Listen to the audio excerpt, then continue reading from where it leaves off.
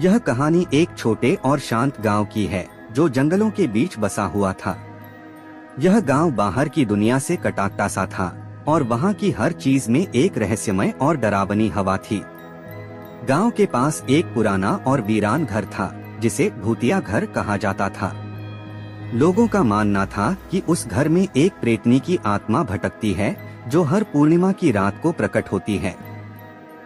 इस प्रेतनी के बारे में गांव में कई किस्से मशहूर थे। कहा जाता था कि जब वह जीवित थी तो किसी भयानक हादसे का शिकार हुई थी और उस हादसे ने उसके जीवन में इतना दर्द और पीड़ा भर दी थी कि उसकी आत्मा इस दुनिया में अटक गई थी। इस प्रेतनी का चेहरा हमेशा एक भयानक खौफनाक हंसी में डूबा रहता था, लेकिन उसकी आंखों में एक अजीब सा दर्द और गुस्सा दिखाई देता था। उसकी खौफनाक हंसी का असर ऐसा था कि जो भी उसे देख लेता वह डर से पागल हो जाता या अपनी जान गंवा बैठता। एक रात गांव में एक अजनबी आया। वह एक साहसी और अंधविश्वासों को न मानने वाला व्यक्ति था।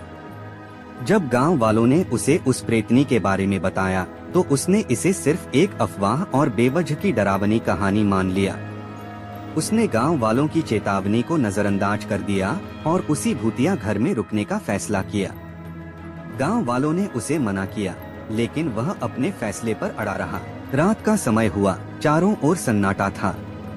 अजनबी अपने कमरे में बैठा आराम कर रहा था। आधी रात के करीब उसे घर के भीतर किसी के हंसने की आवाज सुनाई दी। वह आवाज धीमी मगर बेहद खौफनाक थी। जैसे ही वह उस आवाज की दिशा में बढ़ा, अचानक से प्रेतनी का चेहरा उसके सामने आ गया।